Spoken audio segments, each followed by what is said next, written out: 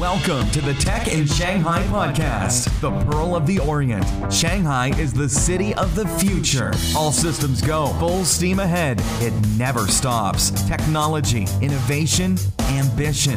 It's everywhere. Join us as we explore this new world and talk to the people making it happen. The Tech in Shanghai podcast. The future is now. We are back with the Tech in Shanghai podcast. I am your host, John Vallis, and this is the show that brings you the stories and insights from the startup and tech scene in Shanghai. Last week, we had Pascal Coppens on of Let's Face.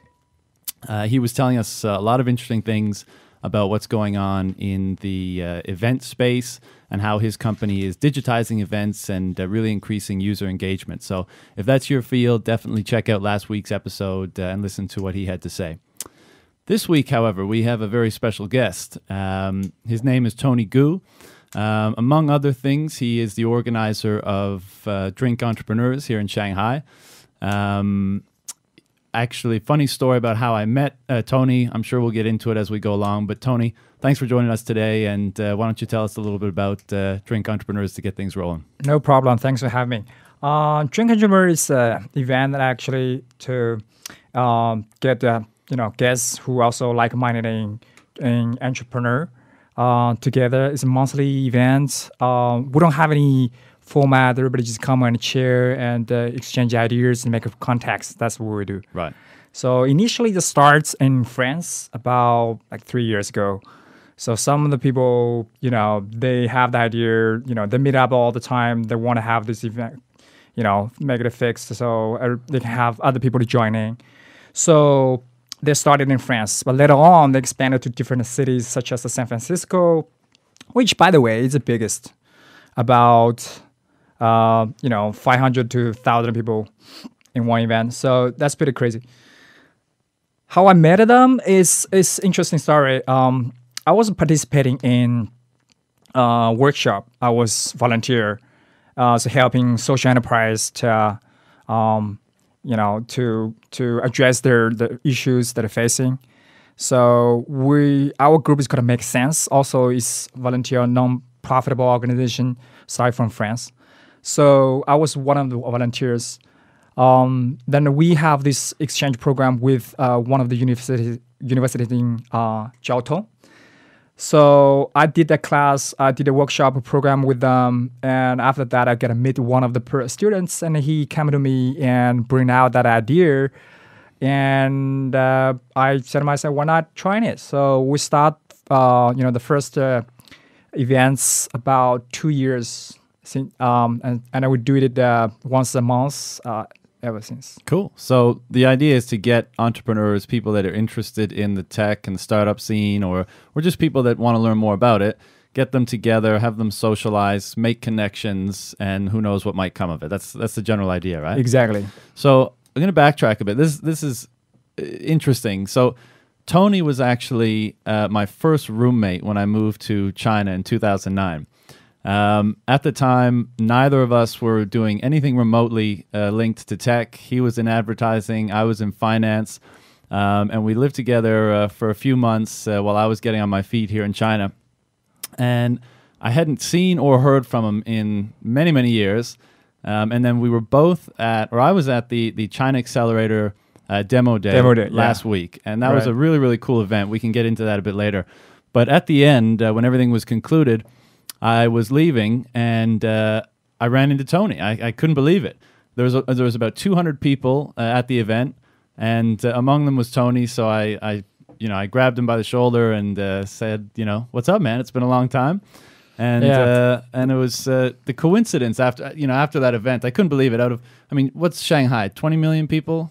Maybe more. 25 million? Yeah, definitely more. And two people that 5 years ago had no interaction, no involvement whatsoever in this sort of space, and in a room of 200 people, we should see each other. It's kind of one of those odd coincidences. It is. What a small world. I know. So since then, we had the chance to get together and catch up. And Tony is doing so many things in the startup scene here in Shanghai, which is why I asked him to come on the show today, and he graciously accepted.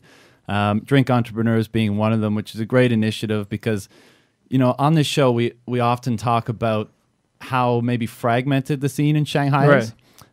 It's not like, it doesn't seem like other ecosystems like London or Berlin or, of course, San Francisco, where, things are more connected. It's more of a coherent space. Everything's in the same area. Shanghai, everything's very disparate. Everything's very spread out.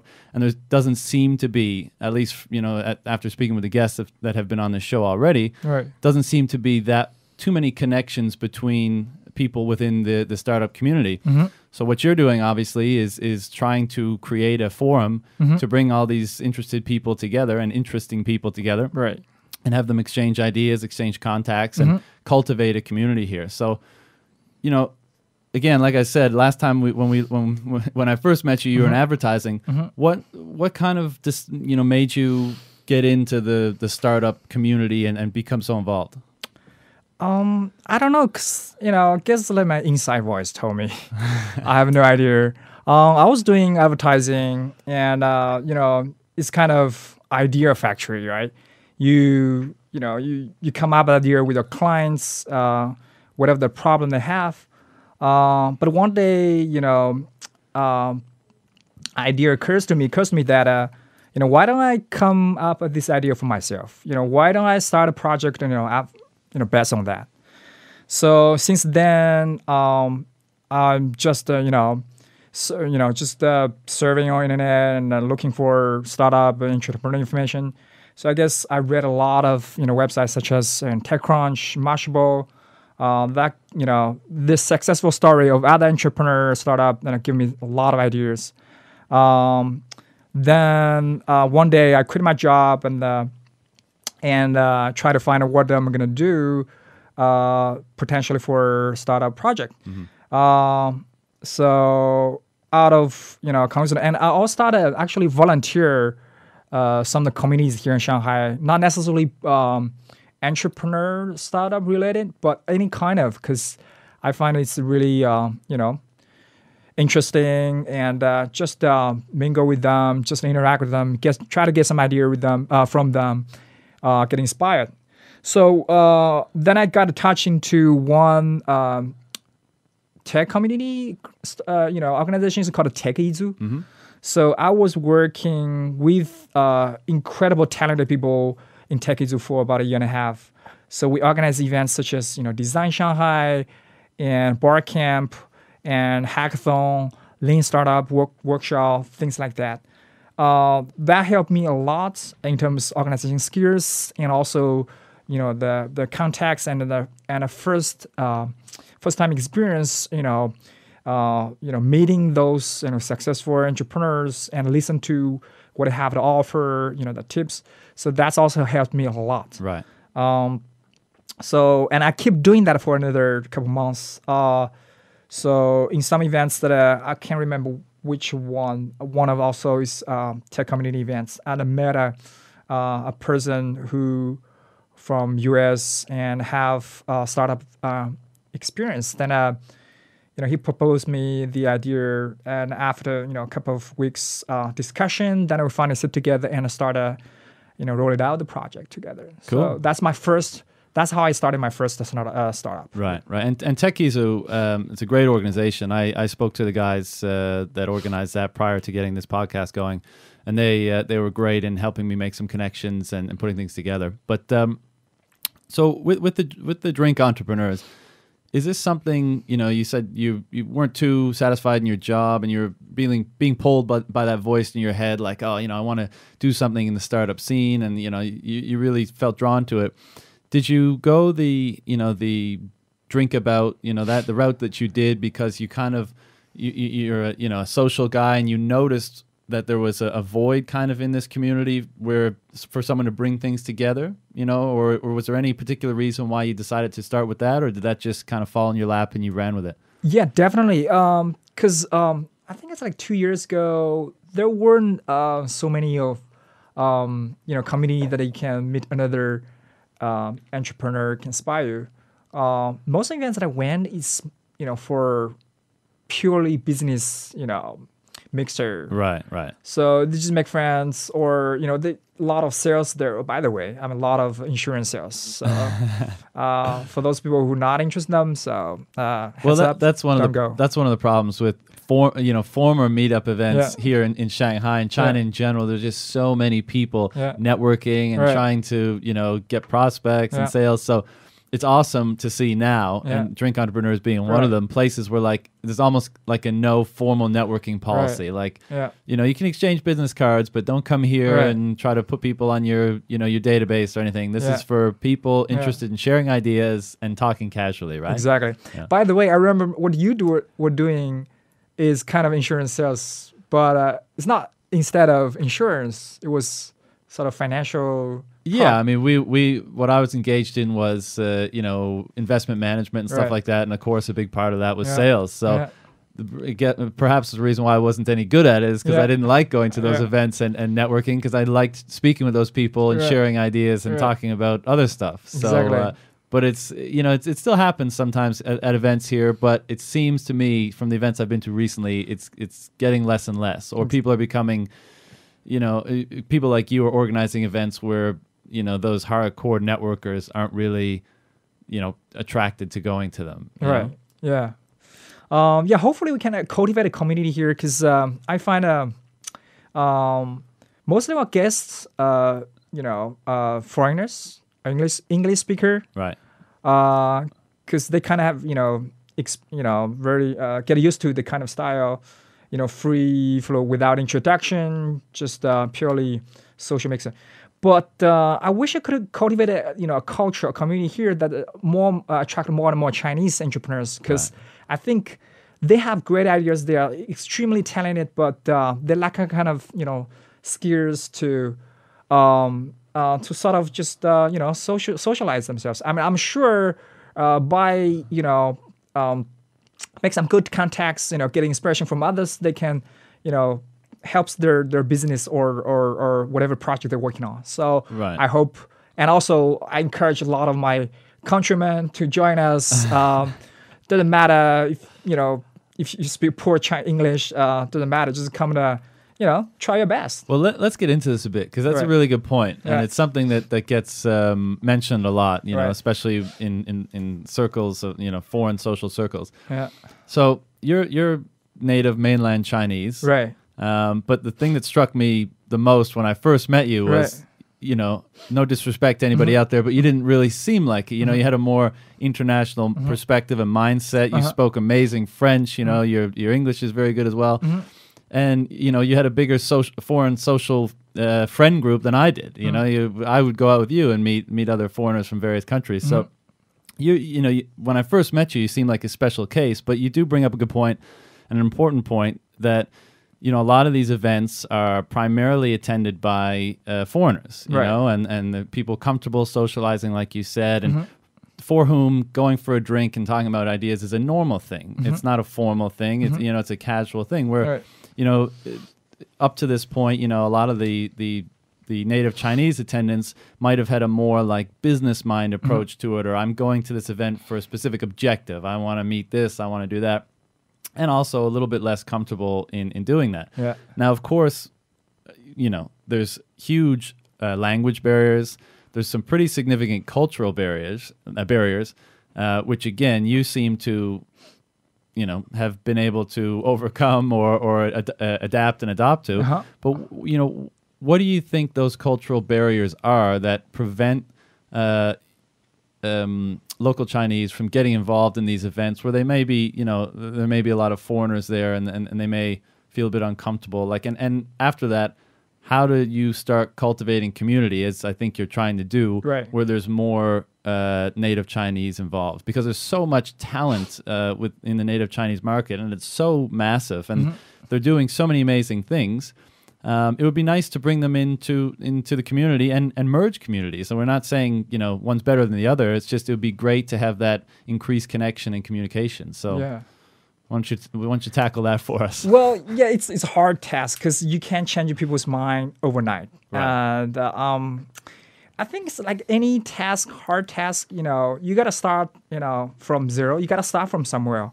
The most difficult is the first step. So how to get them to to try something that they haven't done or they're not comfortable with, get out of their comfortable zone, if you will. That's the first thing you have to do to make the first step. So that's very important. I would say to my my Chinese friends that who want to be more social, want to make more friends, just go. Don't expect too much. Think about the first step that they achieved is to go to that event. And if they reach that goal, call it a success and celebrate it. It's like any, things that you learn. That's a good point. A nice little goal to establish first. You don't have to go and feel super comfortable at this event and talk to 20 people. Yeah. Just show up, Exactly. And in life in general, that's usually a big part of it, just showing up and doing it and seeing what happens. Exactly. Like this podcast, and I never done podcast myself, I kind of feel like it's new and I have done it. If you ask me, have a confidence on everything that I'm going to do or, things I'm going to say or expectation, no. But so what? Give it a try. You just got to do it, man. Life is too short. But more importantly, everything you do leads to more things, So, we have a podcast today or we meet up for coffee 2 days ago and now we're doing a podcast. Right. And, that's how things work. So exactly. With the native Chinese population, how are you getting them over that hurdle? Like, do you, on your website or when you try to promote the events that you have, how do you communicate that? Well, I think it's like a baby when they grow, when they learn how to walk. I think, parents need to really, by their side, holding their hands. I think I'm right now, I try to hold their hands. So I go talk to them and join our events. Once they come to our events, I and also some of the people that help us doing the event to get them talk. So I talk them in Chinese first. Once there's foreigners, so I put them into and join a little conversation group. So little by little, can easy in the conversation. As long as they try to, engage in the conversation, that's the first to go. Right. The more they do, the more they get comfortable with. And for those people, I mean, what's the draw to even attend one of these events for a native Chinese? Like for Westerners, it's not a hard sell. Oh, drinks, ideas, other people. Yeah, I'll be there. But for obviously there's big cultural differences. So, if I'm a Chinese guy and I'm into the tech industry or guy or girl, and I'm interested in the community, and maybe I want to get my own business started at some point. Why interact with this community? Why go to these events? Exactly. What's in it for me? I agree with you. Because I can't. I'm not in good position. I'm one also Chinese, but I can say that maybe have something to do with our culture. Something. If you would do something, it gotta be meaningful. It gotta not meaningful. That might not be the right word to say it. That might be. Have a purpose. Some purpose is tangible. Right. People, whenever you ask them to do something, they say, hey, what's in it for me? If you tell them just hang out, meet other people to see what's coming up, they say, what exactly can come up? Why would I do that? Yeah. Is it because it can bring me money, contacts, or whatever? I don't know. You got to let me know what is the result, expectation. Right. I guess that's not how it works here in our culture. But for Western world, people already adopt this kind of lifestyle. Meet up, just have a drink, just chat. Yeah. No purpose whatsoever. Right. Then it leads to if you based on that, and plus just social chat, plus you're gonna meet someone like-minded. That's even better. Why not? So you don't need any strong reason to convince them. They're there. But I also wonder sometimes, maybe, there's so many people that are technically proficient in the Chinese community. Right. How many computer science grads came out of university this year? Probably hundreds of thousands or something like that. Mm-hmm.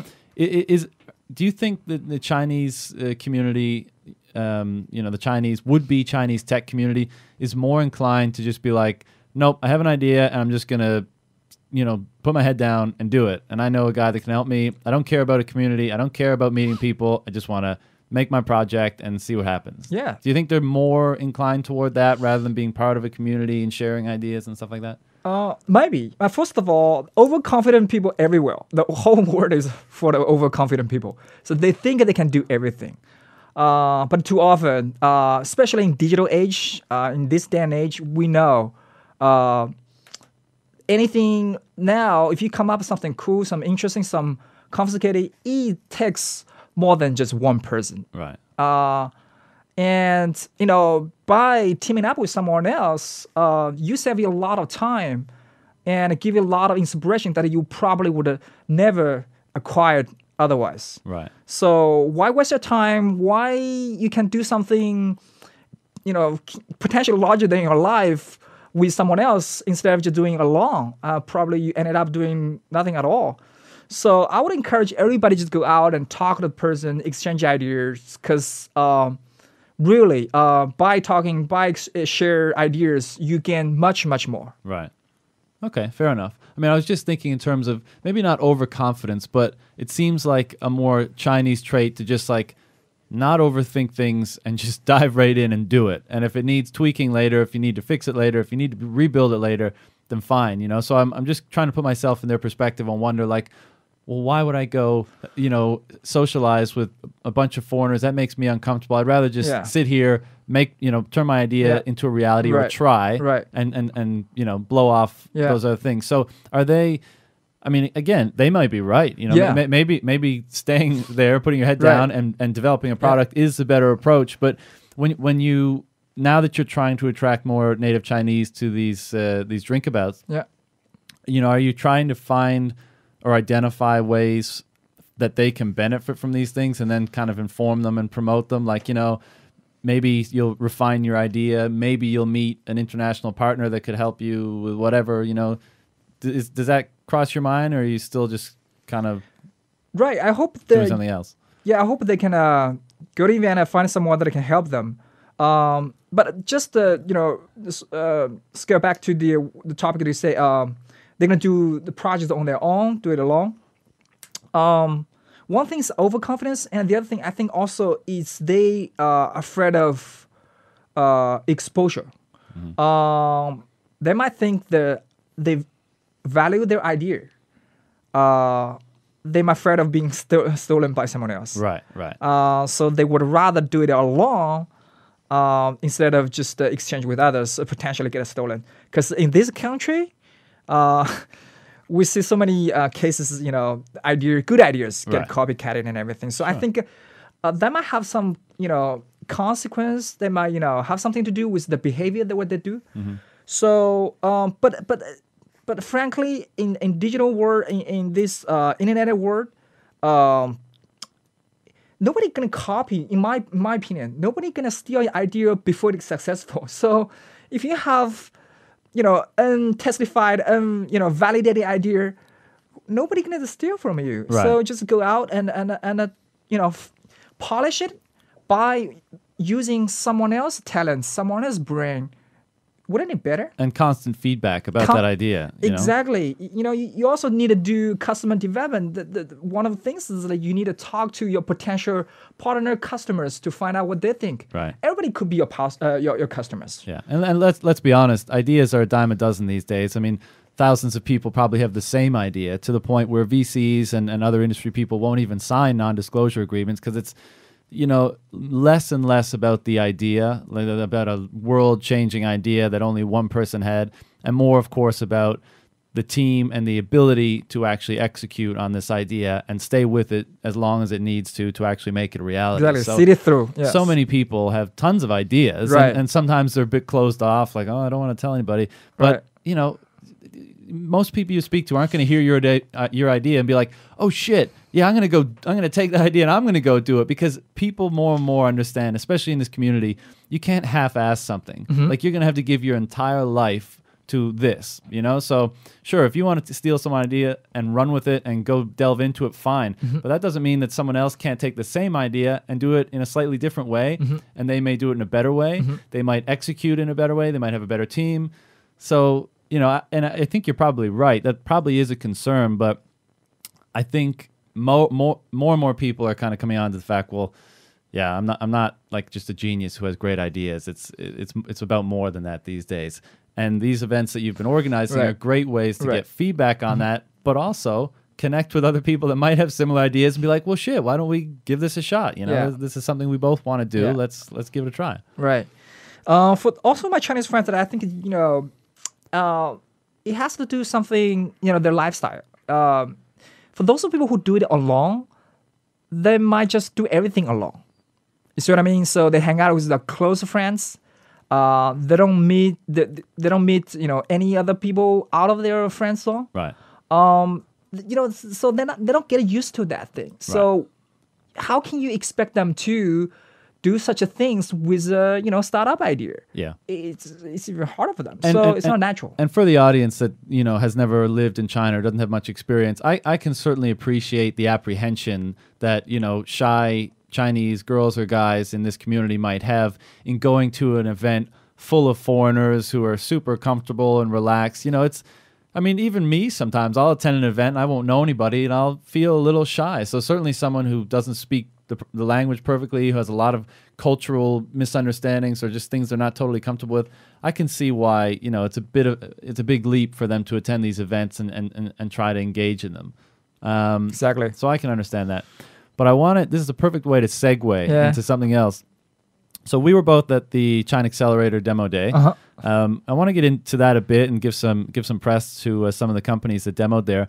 But on the male side of this, you know, discussion that we've been talking about, there was an interesting company coming out of that batch called Neonan, right? All right. So they're not necessarily trying to fix that problem that we were just discussing, but the idea is to, I guess, kind of help the Chinese male population become more comfortable in their own skin, you know, kind of gain more of a cultural awareness, you know, fashion, fitness, health, you know, social, you know, just because anyone who's lived here knows that it's never been a priority for, you know, the Chinese male market to really consider any of those things. I mean, it's kind of an odd dynamic, but you know, it just wasn't at the top of the list. But in their particular pitch, they were noting the disparity between the number of young women in China and the number of young men. And it's in their pitch, they say there's 50 million more young men. So that creates a very competitive environment, you know, if we're just looking at the competition for women. So the site kind of positions itself in that way and saying, you know, like, engage in this site, watch our videos, read our content, and it'll help you become a more suave, you know, more confident man in the 21st century. Exactly. And I can certainly see how sites like that can give that cultural education or education in various forms and increase the confidence of that demographic to maybe start engaging in these events that are a little more uncertain, that are a little more international, and kind of, you know, give them the confidence they need to get over those hurdles and start engaging in that. Yeah, they need to have some ideas, you know, at least. That's to get them started. So some ideas that, you know, this is something that I can do. I thought, you know, I can only ended up being shy for the rest of my life. So if you see something that, if these people can do that, I can do that too. Yeah. So I wish they can, you know, get that idea from you know, the service, whatever the content they put up there from Neonan. Yes. Now, everyone who sits in that chair, I try to gauge, and I usually ask them directly, like, give me your opinion of the startup scene, the startup community, the tech scene in China, to the extent possible from the foreign side, but also the Chinese side, because the Chinese side gets a hell of a lot of press, especially these days. You know, there's so many big things happening in Chinese tech. Kind of BAT, yeah, social media and all that kind of stuff. Massive things happening. The foreign tech community, a lot less press, but still really interesting things happening, as our guests have discussed on the show. But you represent a unique perspective because you're obviously Chinese, native Chinese, but you have that international swagger, and you operate kind of in both communities, and you've been in Shanghai for a very long time, so you're probably no one better to comment on the status of things as they are than you. So can you tell me a bit about, like, you know, what the startup community here is like, how it's changed over the last couple of years, and where you see it heading in the next few? Well, I don't know. That you give me a lot of pressure. I don't know. Just speak from my experience, based on my observation. We still have a long way to go.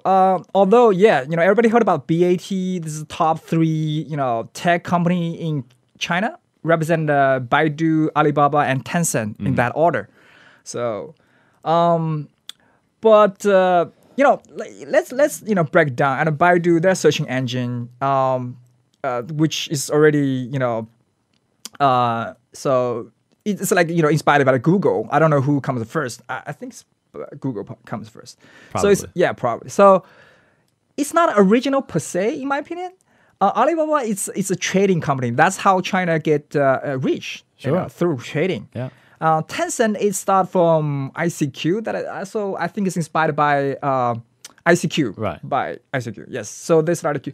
So is QQ Tencent? Yeah, QQ Tencent. Okay. That's how they they established their name. They Right. start from there. Right. So the first product that it come from Tencent was QQ. I remember I used it when I was in college. Right. So Do you still use QQ? Because it seems like it's like nose diving. I don't know, because for my when I was in college, the first time they came out, we all crazy about it, because Right. that's the first time we sort of have the concept that you can talk to people like miles away and establish good online friends or pay friends, a digital version of your PayPal. Right. Penpal, sorry. Yeah. Oh, pen pal. Yeah. Yeah. So we were crazy, and that was a good time. But do you still use QQ? I don't use that anymore. For some reason, I think it has a lot to do with my friends. So, Right.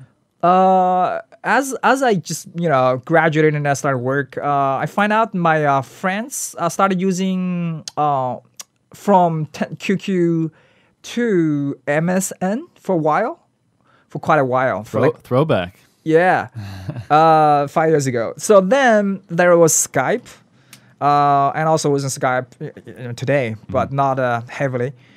Then now it's WeChat, because you see the trend. Because back then everybody's having to sit in front of your PC, but now you carry out your smartphone, so Right. you are constantly always on with your friends. Right.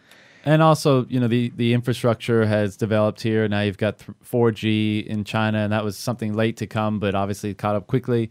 So, like you said, everything's on mobile. Right. But when I came, the QQ was probably already starting its decline, but Weibo was like the big thing. Like in the Canadian Embassy poster, Right. they would have nothing but their Weibo Right. URL on the poster. Uh-huh. But now it seems like Weibo might be dipping, and WeChat seems to be taking over the social and microblogging space. Exactly. I find that I was a really heavy user of Weibo. Oh, okay. I started from Twitter. About a year. The first year Twitter came out, and I started using it, and that was like 6-7 years ago. I was also really heavy user at that time, but basically at that time it's just people sharing interesting stuff together. But I kind of lacked of a community.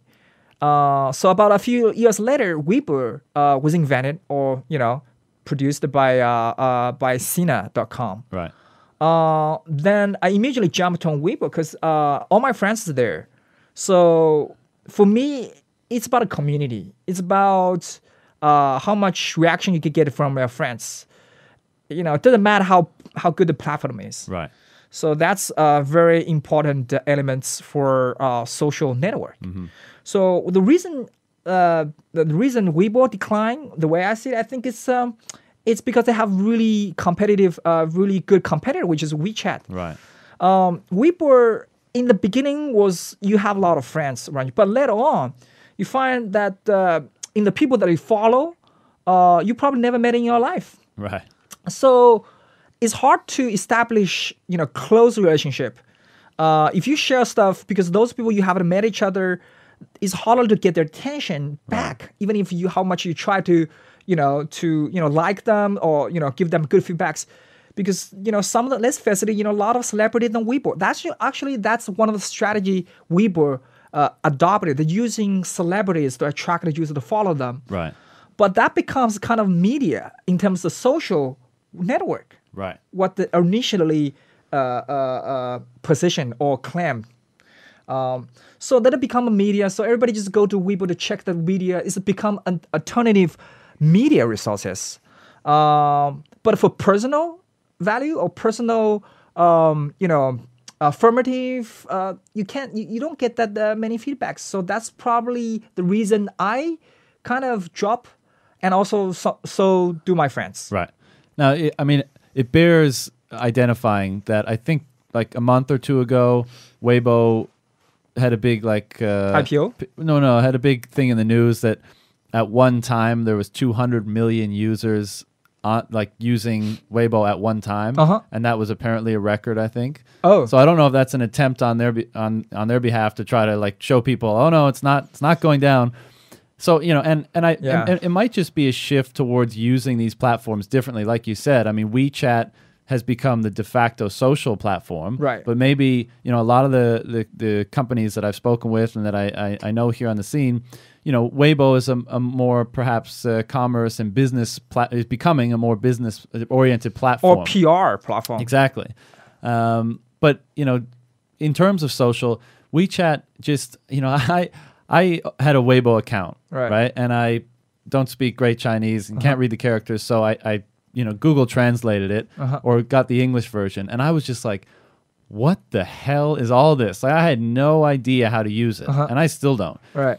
WeChat is so intuitive and it's simple. Yeah. It's just it's high on functionality. Right. It doesn't give you too many options. It doesn't allow you to do too much. It allows you to do just enough to interact with your friends intimately, send voice messages, send pictures, have address. And more and more all the time, but integrating it very cleverly and seamlessly. They're getting into payments now, and they're getting into micro e-commerce store. Yeah. So so it's such a rapidly changing landscape. But just back to the local landscape for a second in Shanghai. Like I said, you came in 2009, not any interaction with this sort of community. Since then, a lot of interaction. You've volunteered, you've directed programs, you've done all organized things. We can look at workspaces that are here. We were speaking with, or we heard People Squared. The guy from People Squared speak. Bob. Yeah, Bob from People Squared. Good friend of mine. Yeah. Speak at the demo day, and I think in 2010 he started his first space, and now they have four locations, right? Right, and so, one more coming, yeah. Right, so obviously the infrastructure in the community is gaining steam. Give me your perspective on how much it's changing, how much it's gaining steam, and what do you see coming in the next 2 or 3 years? Well, first of all, I can see there will be more and more people join this bandwagon. More and more people are inspired to become entrepreneur, and also because people and also investors see a great market for that, and demand there are also a lot of demands for investors to find a good company to invest.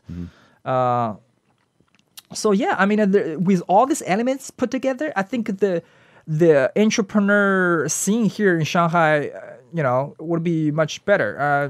We haven't seen best yet. And we were talking about this the other day at coffee, and that it's a city that really has the right elements to be a great tech hub. It's very convenient. Things are close together. A huge population, very international, very cosmopolitan, educated workforce. And there's a lot of buzz, a lot of energy, a lot of things going on. It just seems prime for it to have that injection of like startup entrepreneurial in the tech scene energy. And I think, look at the two of us. 2009, we had nothing to do with it. Now, we're kind of heavily involved. Right. And I think a lot of people are coming on to that. But before we move on from that specific point, I know you touched on it earlier, but that voice in your head that said, leave advertising, quit your job, follow kind of your inclination toward, tech, startups, that sort of thing.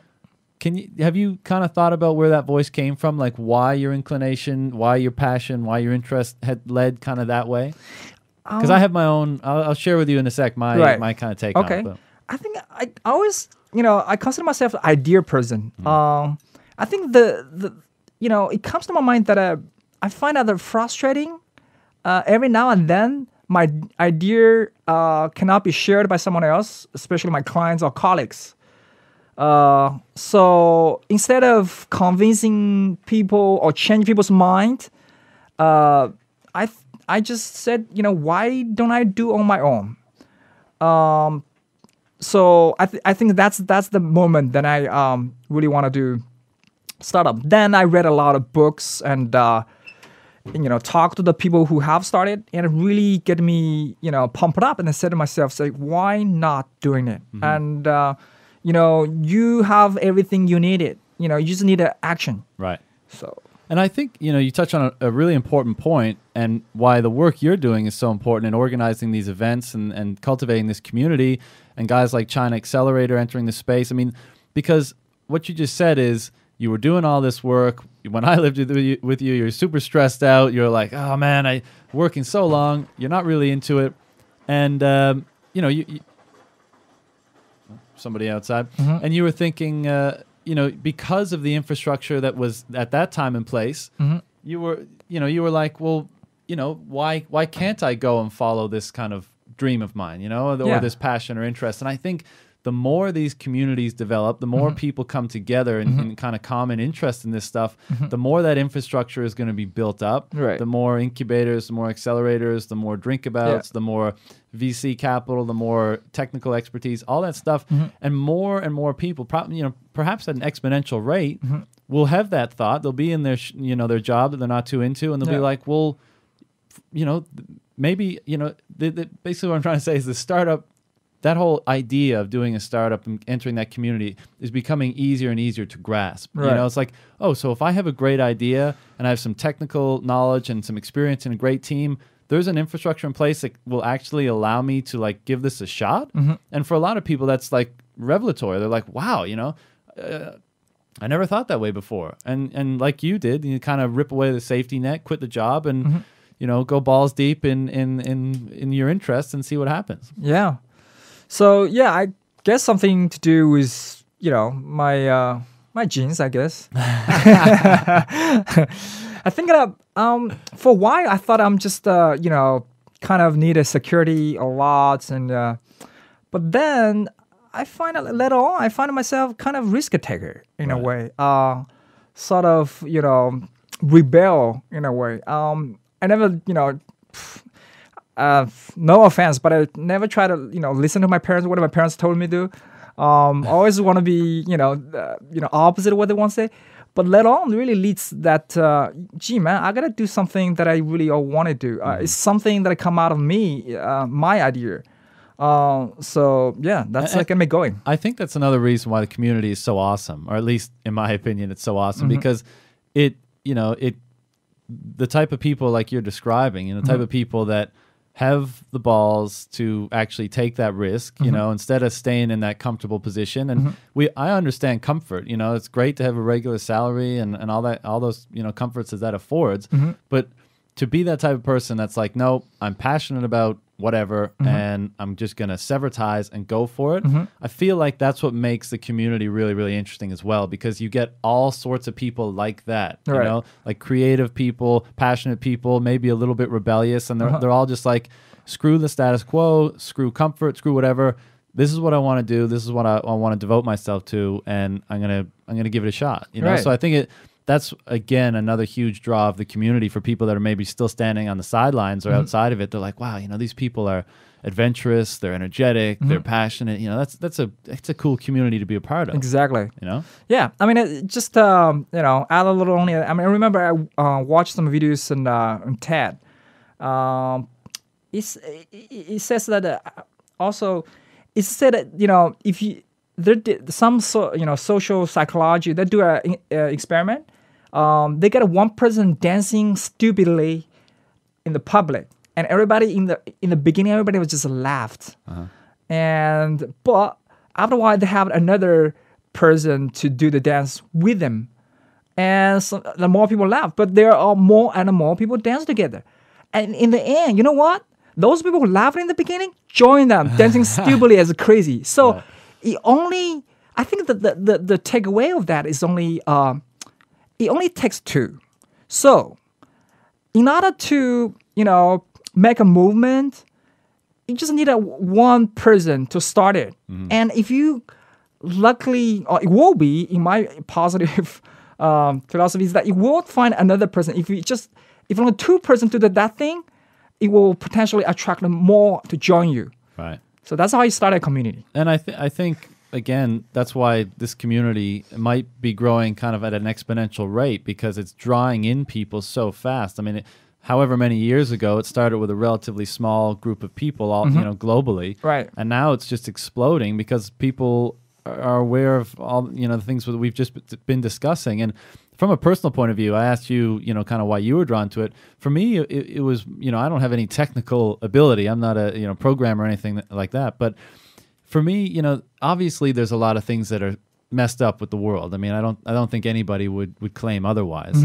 Some people are more aware of them than others. You can, whatever you want to harp on, dolphins, financial system, pollution, rainforest. There's so many issues. And, on the one hand, you have the type of person that's just going to rail against that. They're going to complain about it. They're going to, say, oh, woe is me, woe is the world, oh, this is bullshit, screw the government, screw this, screw that, screw the rich, all this stuff, but not actually do anything. And the reason why, I'm so drawn to the startup community is because this is a group of people, as we were just discussing, that's and it doesn't matter how trivial the problem is, it's the mindset. It's well, I identified that this is an issue in my life. It might be a new type of toilet, it might be something to help the world, or it might be something trivial. But the idea is they're oh, that's a problem, or that's something that could be better. Right. That could be done better. And yeah, I'm going to go and do that. I'm not going to wait for someone else to do it. I'm not going to ask someone else to do it. I'm just going to go and do that, or at least try. Exactly. And that's why it's such a cool community. It's the people that are finding solutions rather than talking about problems. And I think that's a really cool community to be a part of. Exactly. I think that I think our community need to do more to encourage the effort instead of results. If you just try, that's already achievement. So we need to celebrate that. No matter the result is. Yeah. I mean, as everybody says, fail earlier, fail often, and you fail better. Right. So you will do better eventually. So don't give up. So just keep doing what you're doing, and eventually you will find, be Edison. You find electricity. Sure, and this is what we were discussing again the other day, in that a lot of times, most entrepreneurs have several failures behind them. There's several failed ventures behind them, and that's why, these days when entrepreneurs are pitching VCs or they're trying to apply to an accelerator program or something like that. It's considered a positive thing to have on that application 2 or 3 failed ventures, right? Because then it tells the people that are looking at those things, okay, so this person's been through the process before. Right. They've probably learned a number of things. They know what to watch out for. Yeah. Rather than someone a little more green behind the ears. It's I have a great idea and a great team. Let's do it. Yeah. So those, like you said, fail often, fail better, but fail better each time. Right. And it's such an important thing. And why it's awesome is because it's cultivated and promoted in the community. It's failure is being reframed in this community to be a positive thing. In school, we're kind of indoctrinated that failure is a bad thing. Oh, I failed a test, I failed a grade, I failed this stuff. But literally in this community that we're now a part of, it's a positive thing. I mean, you got 3 failures? Wicked. You've been a part of 3 startups that failure? That's great, man. Yeah. What are you doing next? Yeah. Because every time you get better. And if you have the heart, the courage, the balls to stay with it, then, success, the likelihood for success increases with each effort. So agree. So it's really cool to be a part of that. Yeah. I mean, that's the concept that I want to sort of, I see for myself is, constantly better version. So I'm always on my better version myself.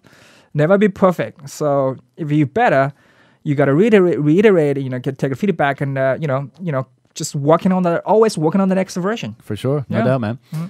Now, speaking of which, I mean, it's easy for us to sit here and talk about it, but the China Accelerator batch was last week, demo day. So let's give a quick shout out to them. I mean, all the people involved in the program. Yeah, they're great. 3 months, a tremendous amount of work. The presentations were great. The products that came out of them were great. I don't want to go through all of them, but which ones kind of stood out for you as being, pretty cool? Yeah, I think gift passes, get my votes. Not because, for instance, the person behind this project. Yeah, it's buddy of mine. And actually, we get a talk a lot, and so I know, a lot of efforts he put in.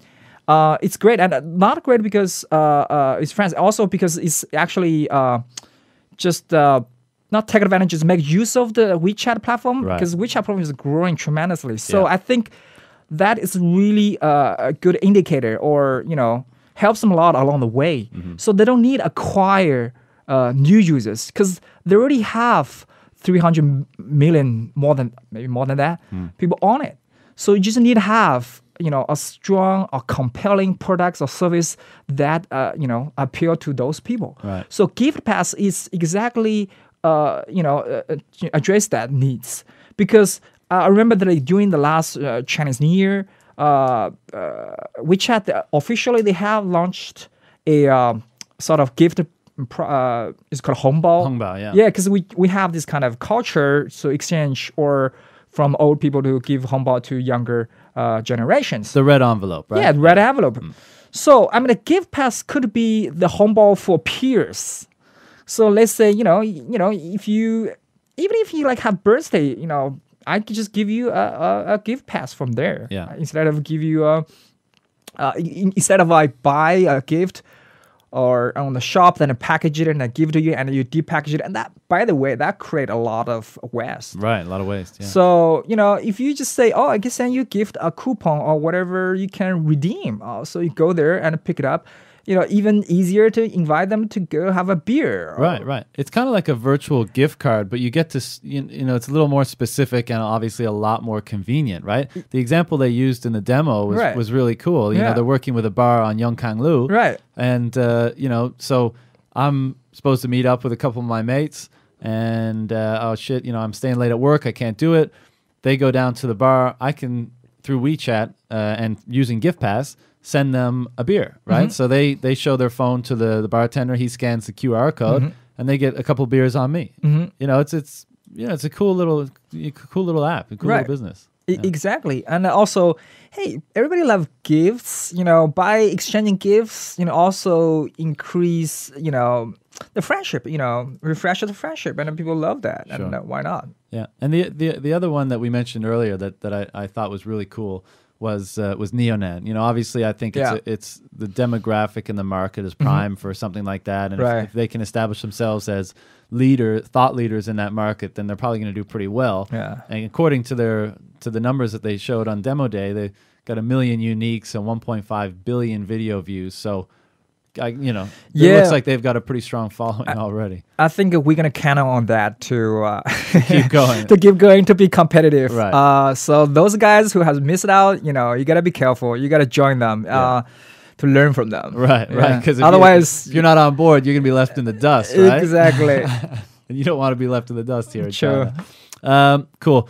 Good job to all the guys at China Accelerator, the organizers, the batch participants, and great demos. We wish them the best of luck. Yeah, they're amazing. Yeah. By the way, I want to say, they're so great that I also, thinking about applying for the next session. Right. We were discussing that. So I don't think you've either totally put together the idea yet or willing to divulge it to me. I have ideas. I just need to, figure out which one is. Yeah, I gotta just pick one, right. And I'll definitely go in. I'll apply with full-heartedly, and I'll get it. That's great. These programs, they're perfect. And as we've been discussing the whole show, they're not perfect, but they're something that was lacking that provides a hell of a lot of support for people that have ideas and have a team and maybe have some skills, but just don't know how to bring it all together, aren't aware of the pitfalls of doing it, and to bring them for 90 days and just like make it such a concentrated effort, with a lot of really good supporting infrastructure is something, we all have to be so grateful that it exists here, and hopefully more in the future. Yeah, it's like MBA program. The way the analogy that I want to use here, it's like MBA for me. You go here. Well, although the mentorship, all this program, content is great. Such as they have great mentorship network as well in China Accelerator. But what I like the most, as I said before, is ambience. Is the same. The other people working their butt off just to try to, get their product online and make it perfection every single day and talking these things around you it's wonderful. Right. I just love that ambience. So that's I think I'm really looking forward to getting inspired in that environment. Right. Well, that atmosphere in the community we were discussing earlier about people with ideas and passion for change and stuff like that. I mean, in an accelerator program like that, you're surrounded by them all the time. Right. And you're able to exchange so many things. So I can imagine it's a cool experience. Yeah. So hopefully, you put together a good application, you get accepted. And Thanks. It'll be awesome to talk to you Yeah. once, during the process and certainly afterwards when you've got something to show us. Cool. No problem. In the meantime, we're coming up at the end of the show, but we were discussing before the show, Yeah. you are involved in an event this weekend. Yeah. Tell me about that event. I think All people right. would be interested to know that something like that is going down in China. Right. The event I'm gonna go in this weekend. It's called a Dragon Burn. Dragon Burn. Dragon Burn. I don't know if you guys heard about the Burning Man. So this is one of coolest event in my mind on this planet. I think most people have at least heard of Burning Man. Yeah. Maybe not been, but So basically, for those people who don't know, it's a week-long events happen out of nowhere in U.S. in the desert to be accurate. in Nevada. In right? Nevada, yeah. So the whole organization is self-organized, and there's no sales there. You don't need to buy anything. Everything you're not just the audience. You're a participant. They have all kinds of interactive installation. Everybody need to be participate. The whole experience make it beautiful. There's a dance, there's interaction, there's techniques, and also some like nice cool music all day long, all night long. And where is it going? Where is it at? Where is it going down? Where's it going? In Shanghai? Yeah, like you said, it's on an island. Oh somewhere. yeah, so Dragon Burn, it's actually Burning Man. They have sort of authorized local edition for different cities. So it's about like 30 cities local version going on around the world. So here, China, this is the first one happened in China, in Shanghai. So me and other organizers, about like a dozen of people, started working on this project about 2 months ago. So we have different backgrounds. Some of the people from architect, design background, and music background. So all of us put together this show. This is gonna happen in the island. Instead of week long in US, we're gonna have 3 day long, or 2 days long if you can come on Saturday.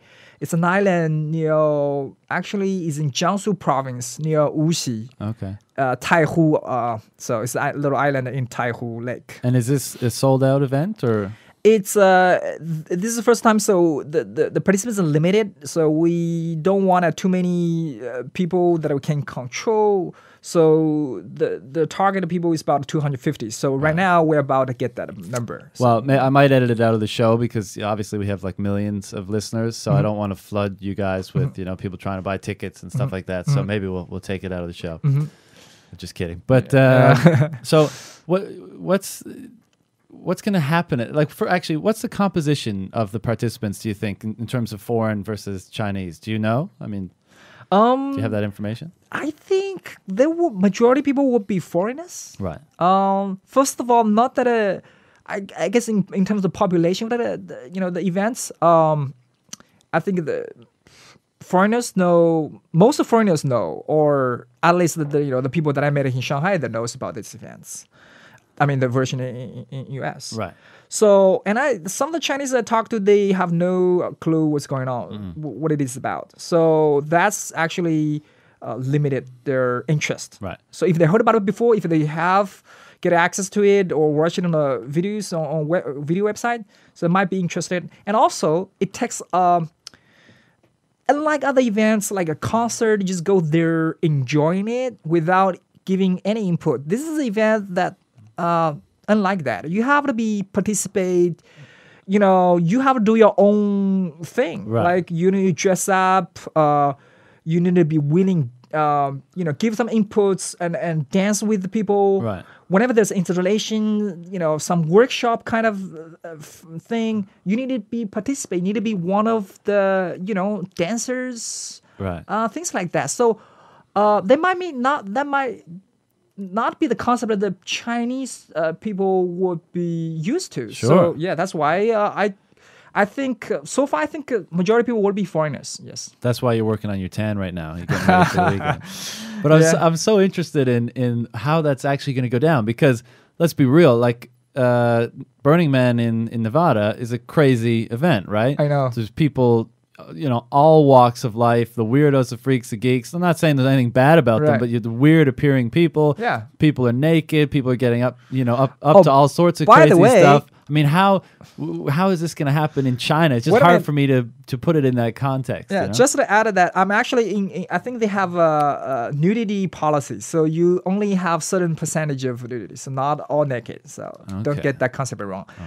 Here, how much naked? I don't know, just like half naked for So boys. I wonder how that policy and is bikini, written. Like, and a bikini for girls. You can see. Yeah, it's like you dress. so no nudity, really. No nudity. I think it's no nudity. Yes, Right. I need to double check that a little. But yeah, that's why I believe in Nevada.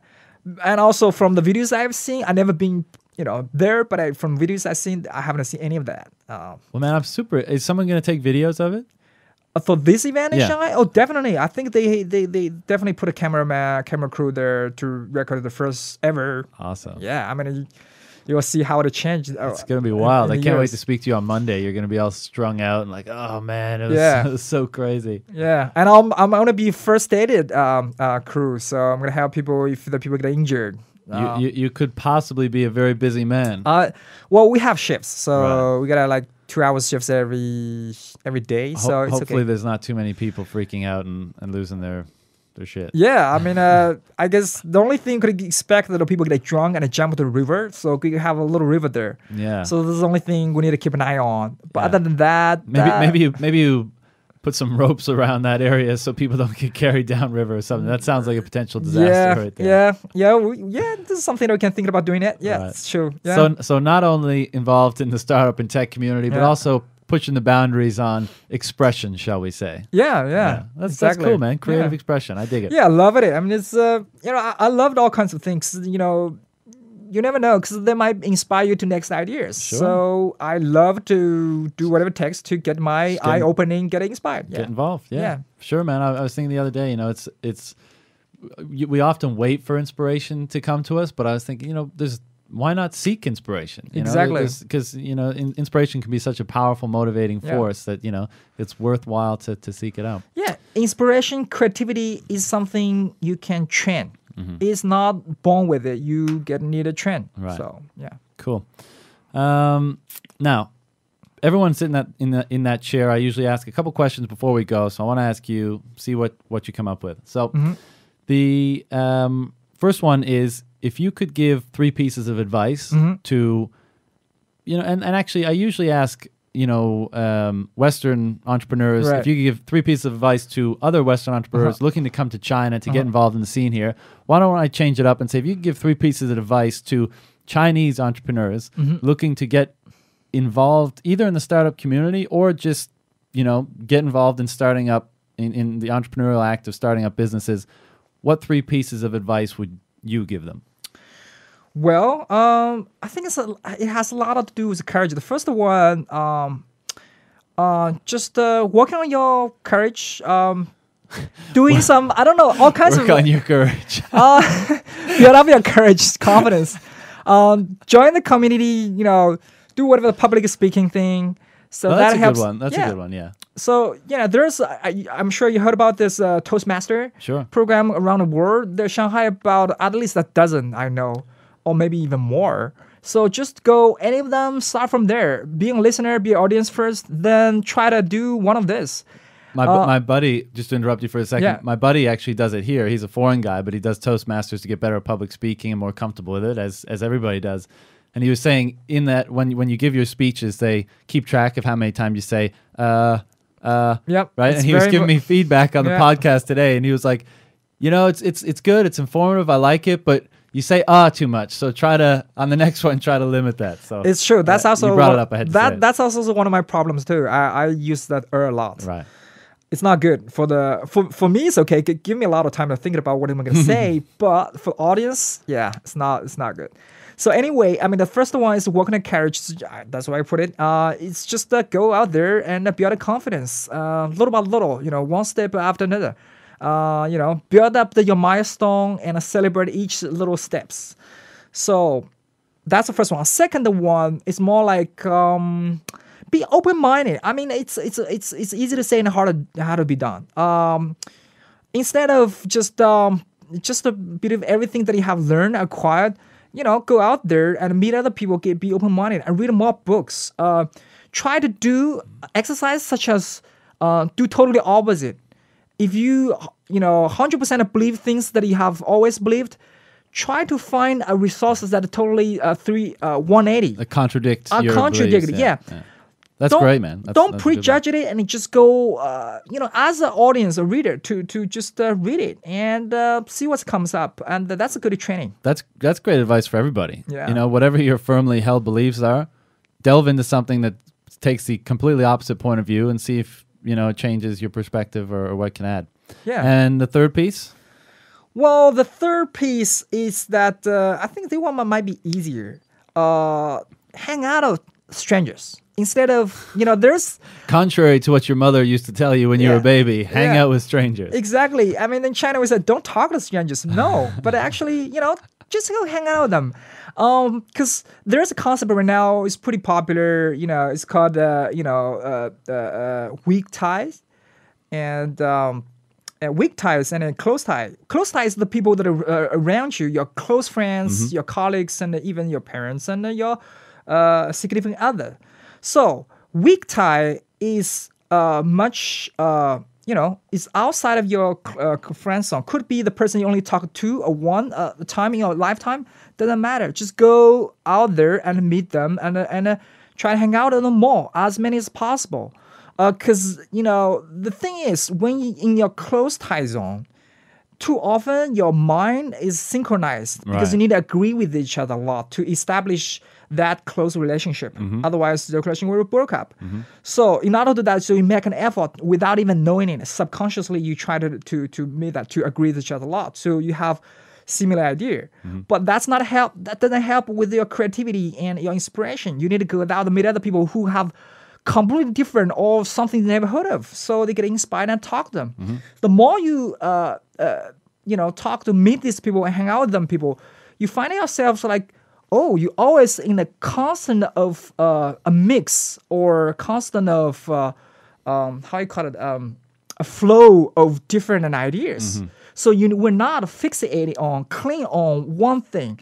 That really helps you to come up creativity or being creative person in life, not just a startup, whatever you do. That's an awesome point. And again, one that could be advice that could be given to anybody from anywhere. Cool, thanks. Last question.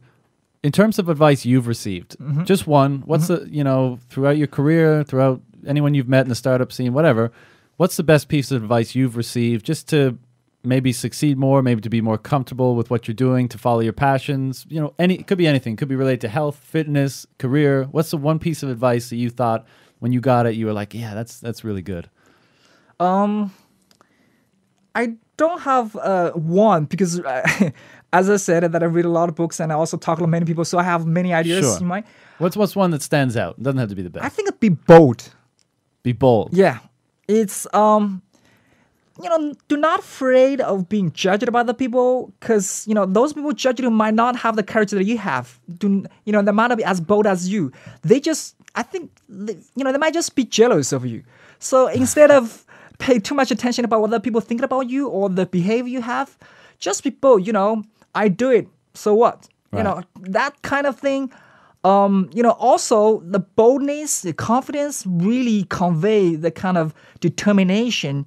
And it's something that it helps you to convince other people. Turn to a mediocre idea to something that really convincing and appealing, and get people to involved and give you feedback. Maybe turn to something even bigger and better. So be confident, and confident people get respect. Not confident. Confident doesn't mean necessarily arrogance. Right. But be bold. What are you doing? And be bold. believing in what do you think is the right thing to do. That's it. I love that advice. That's fantastic. Let's end it there because that's beautiful. So Great. Thanks for coming on today, Tony. This My was pleasure. Awesome. Thanks for having me. We're going to get you on to co-host a couple of episodes when the schedules and everything works out. Where can people get a hold of you or Drink Entrepreneurs, or if they want to, get in touch with you or your community, where can they do that? Just go, if you want to come to Drink Entrepreneurs, just send an email to us, shanghai@drinkentrepreneurs.com. Okay. And what about you? Do you have a Twitter, WeChat, anything you want to throw out there? Or I have my personal WeChat, so if you guys are interested in getting tagged with me, my WeChat account is Pub Forever. Pub is like a club, a pub. 4 is number 4 ever. So the original idea is heavy drinker, eh? It's not a heavy drink. It's more like because we're working for advertising, so it's like publicity. So that's pub short for publicity forever. Yes. Cool. Awesome. And you can reach us, Tech in Shanghai, at Tech in Shanghai on Twitter. We're up on iTunes now. There's 2 episodes there. There's going to be one coming down every week. So next week we will have Pascal Coppens from Let's Face, and we're looking at securing more guests all the time. So if you are listening and you have an idea for anyone you'd like to see on the show, or if you yourself want to be on the show and come and talk about the startup scene here and maybe promote what you're doing, then reach out to us at connect at techinshanghai.com. Send us an email and we'll set something up. So thanks everybody for listening. We will see you next time. Cheers. Bye. Thanks for listening to the Tech in Shanghai podcast. If you enjoyed the show, subscribe to us on iTunes and follow us on Twitter at Tech in Shanghai for everything tech from Shanghai and China. See you next time.